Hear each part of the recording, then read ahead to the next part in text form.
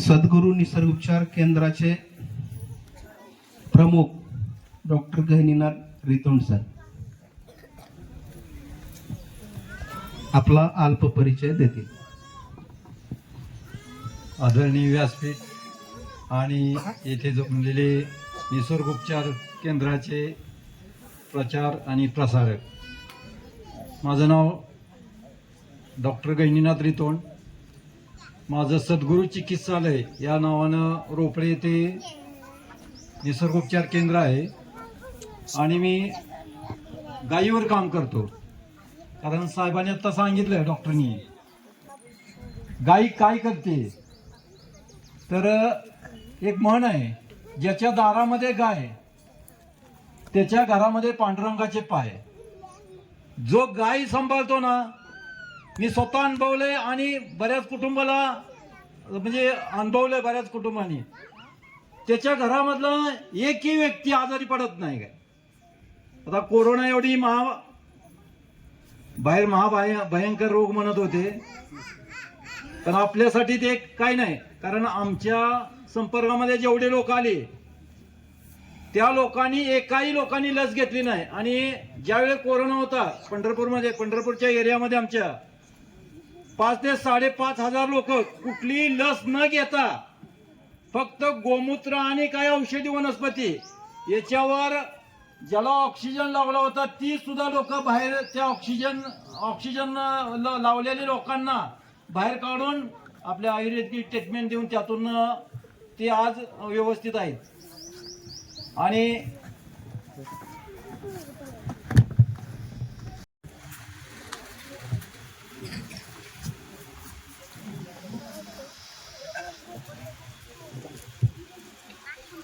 माझं नाव प्रताप यशवंत कदम. मी इंदापूर तालुक्यातील गालानवाडी गावामध्ये राहतो. बंडातात्या कराडकर माझे गुरुवारी आहेत आणि राजीव दीक्षित माझे वैद्यकीय क्षेत्रातले गुरु आहेत. राजीव दीक्षितांनी मला 3 दिवसामध्ये डॉक्टर बनवलं होमिओपॅथीचं. आत्ता महाराष्ट्रातलं सगळ्यात मोठं सेंटर आहे होमिओपॅथीचं आणि निसर्गोपचाराचं गालानवाडीला. तिथं संपूर्ण देशातून आणि बाहेरच्या देशातून पण लोक येतात ॲडमिट व्हायला. 100 लोक ॲडमिट असतात कायमचे. तर 17 वर्षामध्ये तिथं आपण कोणाचं ऑपरेशन होऊ दिलं नाही कुठलंच शरीरामधलं. म्हणजे किडनी खराब झाली तरी बदलायची नाही, लिव्हर शिराशिर झालं तरी बदलायचं नाही, गुडघ्याच्या वाट्या बदलायच्या नाहीत, शिजर 17 वर्षात होऊ दिलं नाही कोणाचं, कोणाचा गर्भपात होऊ दिला नाही 17 वर्षामध्ये. ज्याला मुलगा पाहिजे त्याला मुलगा होणार, ज्याला मुलगी पाहिजे त्याला मुलगीच होणार. सगळी सोय आयुर्वेदामध्ये आहे.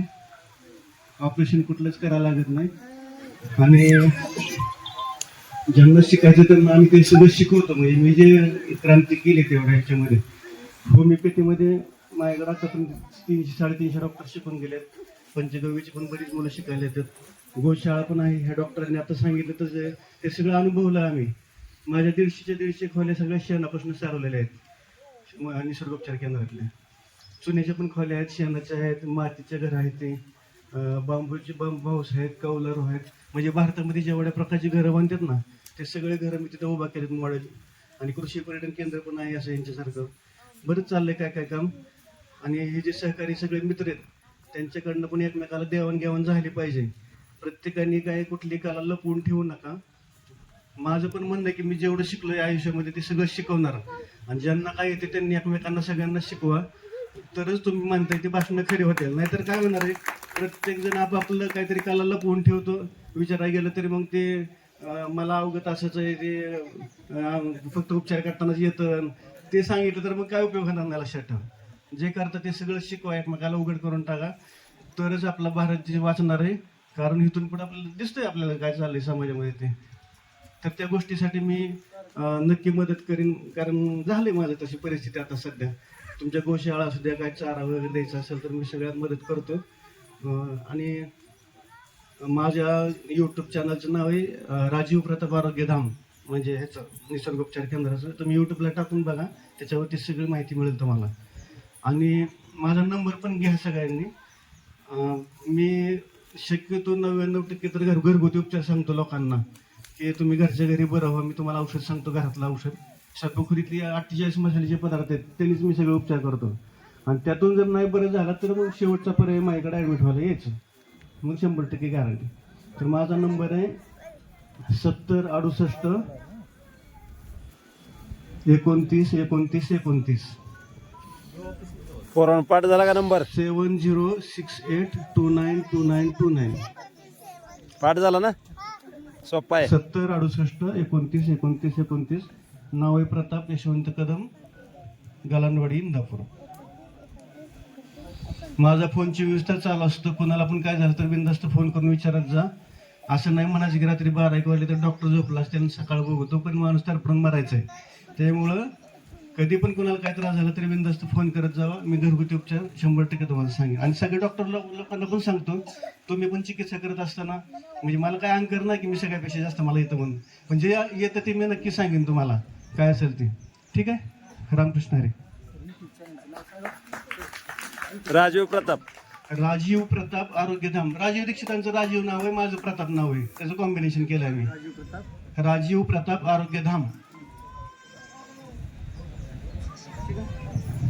धन्यवाद कदम सर. यानंतर सर्वांचं टाळ्याच्या गजरामध्ये स्वागत करायचं. आता यानंतर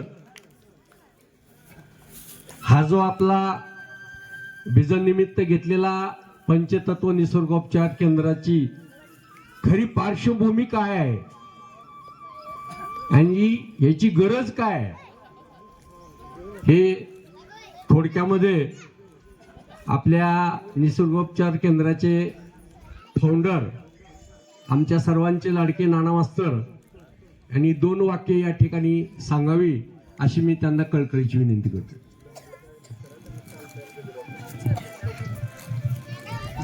सन्माननीय व्यासपीठ व समोर बसलेले ग्रामस्थ,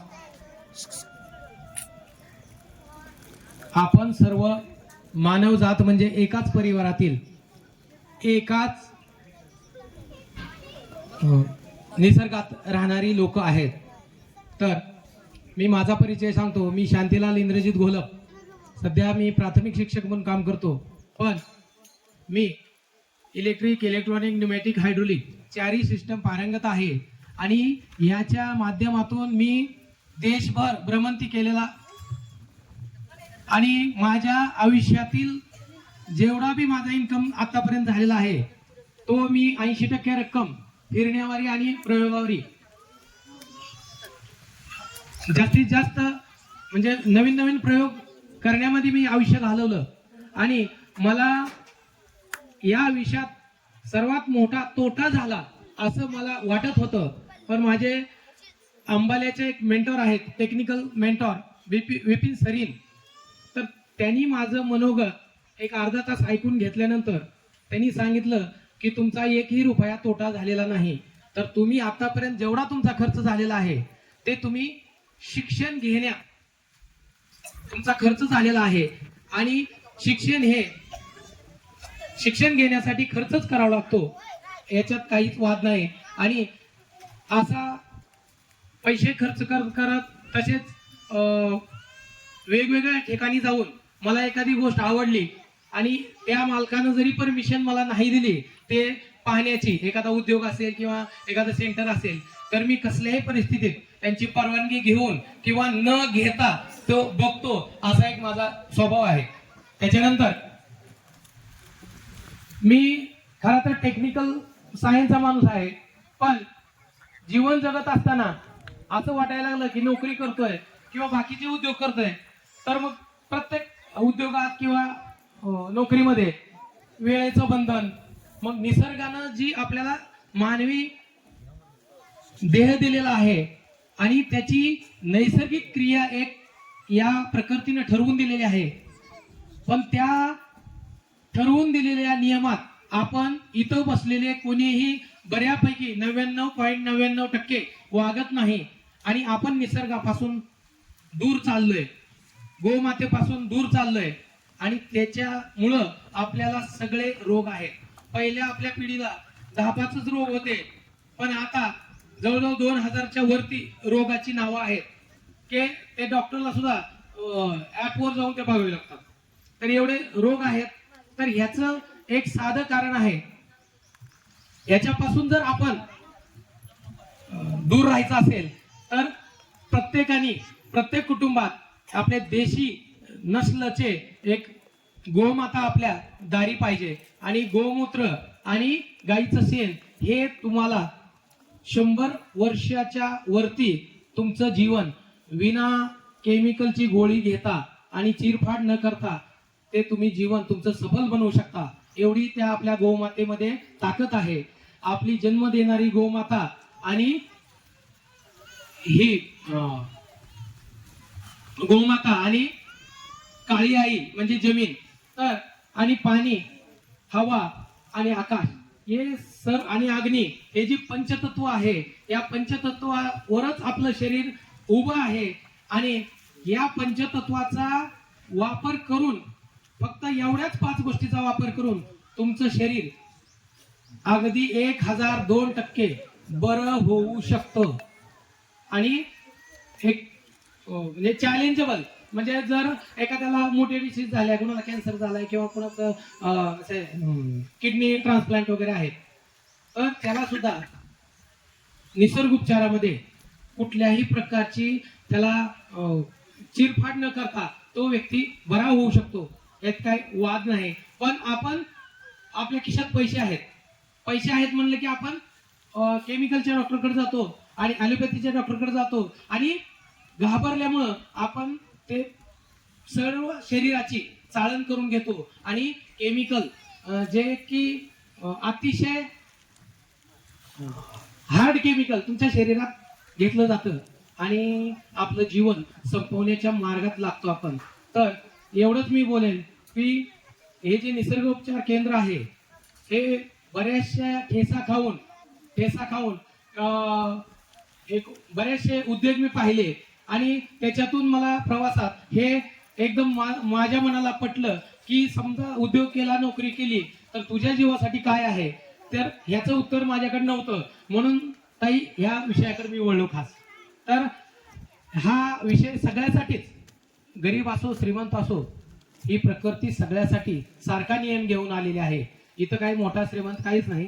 तर या पंचतत्वाचा अवलंब करून आपण सगळे पेशंट बरे करणार आहोत आणि त्यांना पंचतत्वाचाच वापर करून घरी गेल्यानंतर कसं जीवन मरेपर्यंत छानपैकी जगता येईल याचं सुद्धा आम्ही इथं ट्रेनिंग देणार आहोत त्यांना.